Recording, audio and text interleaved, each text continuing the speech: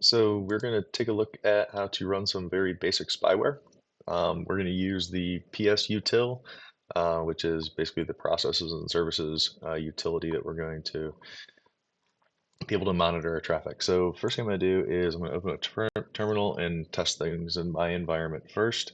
So if I cd over to downloads, ls, you're going to see I already installed the program. I just downloaded it. Um, and now we're going to run it with Python.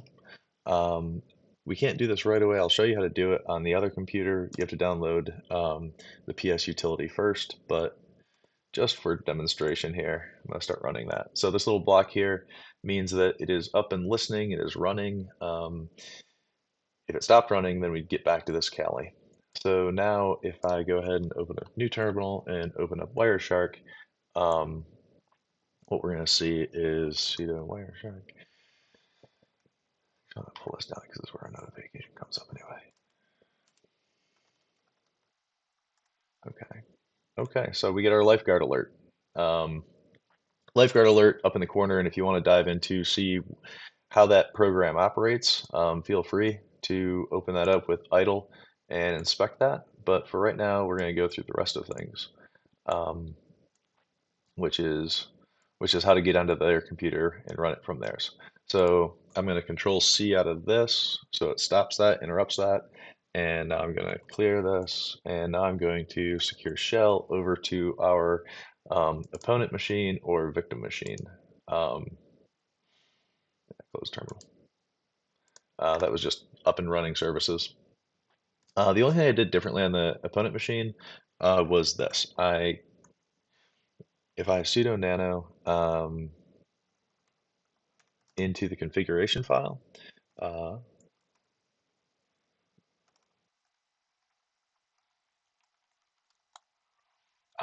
I added a couple little pieces down here because we need to be able to have some access control or some graphical control, and it doesn't do that by default. So these things were hashed out, the X11 forwarding, and then use localhost to yes. I just deleted the comment sections there. So I'm going to control X, and I didn't change anything. So now what we're going to do is we're going to SSH over there, but we're going to do just attack X in order to get that graphic control, and then SSH, no, Ubuntu at, and then the IP address that we're going to is 10.15.88.151. Okay, password.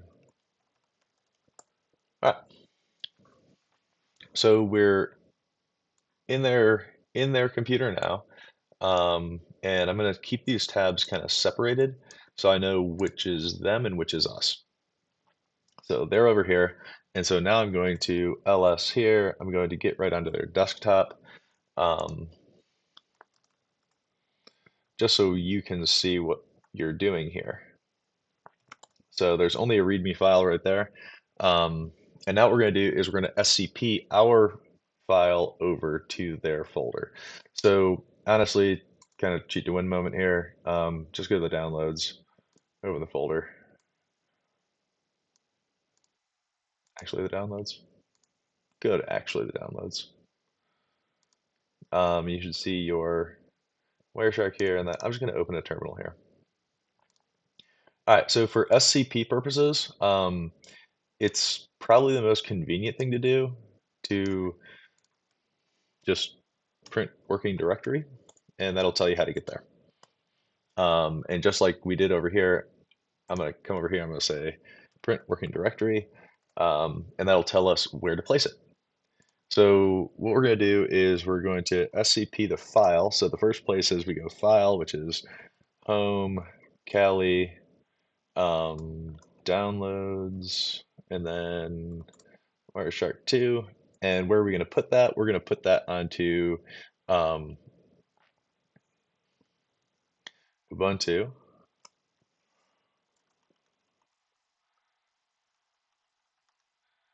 And then colon, and no spaces here. And we're going to put the directory we just put that in. So home,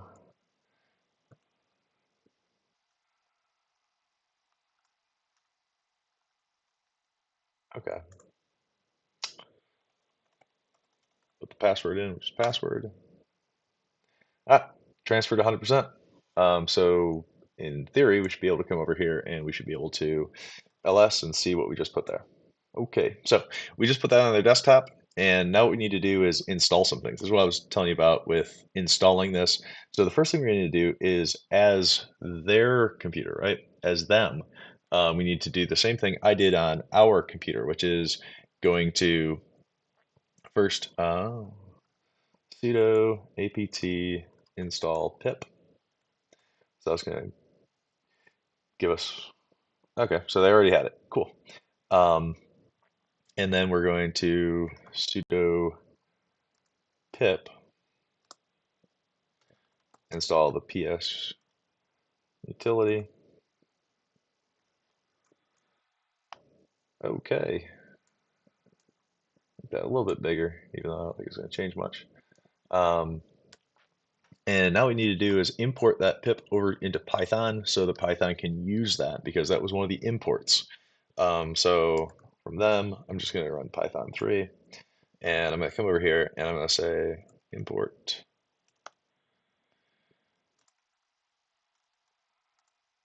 Okay, so it did that. So to get out of Python but stay on their computer, I'm just going to write quit and give it some open close parentheses, hit enter, and clear that out. All right, so now what we're going to do is we're going to run the run Wireshark, or I'm sorry, we're going to run the program over here.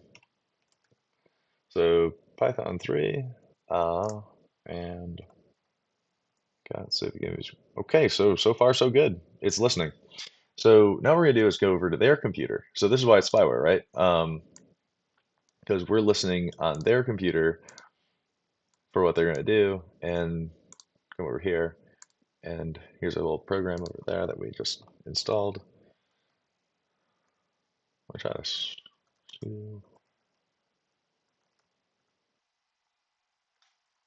Okay, looks to be up and running.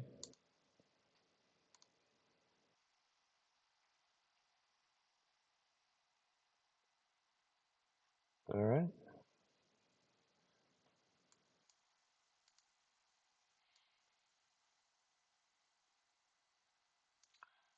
Oh, I see. So we didn't have the org free, so I'm going to go back and change that. I might have to add a service to this. I thought it was going to work, so let me troubleshoot a little bit and get right back with you. All right, all better. So I just had to change the notifications trigger to something that both Kali and Ubuntu had. You can see that in the change in the code. So from PS2 to PS, or from Wireshark 2 to Wireshark nothing. So this time I'm going to just continue to run the Python 3. So notice I took the 2 out, hit enter there. All right, so I'm running that on their machine.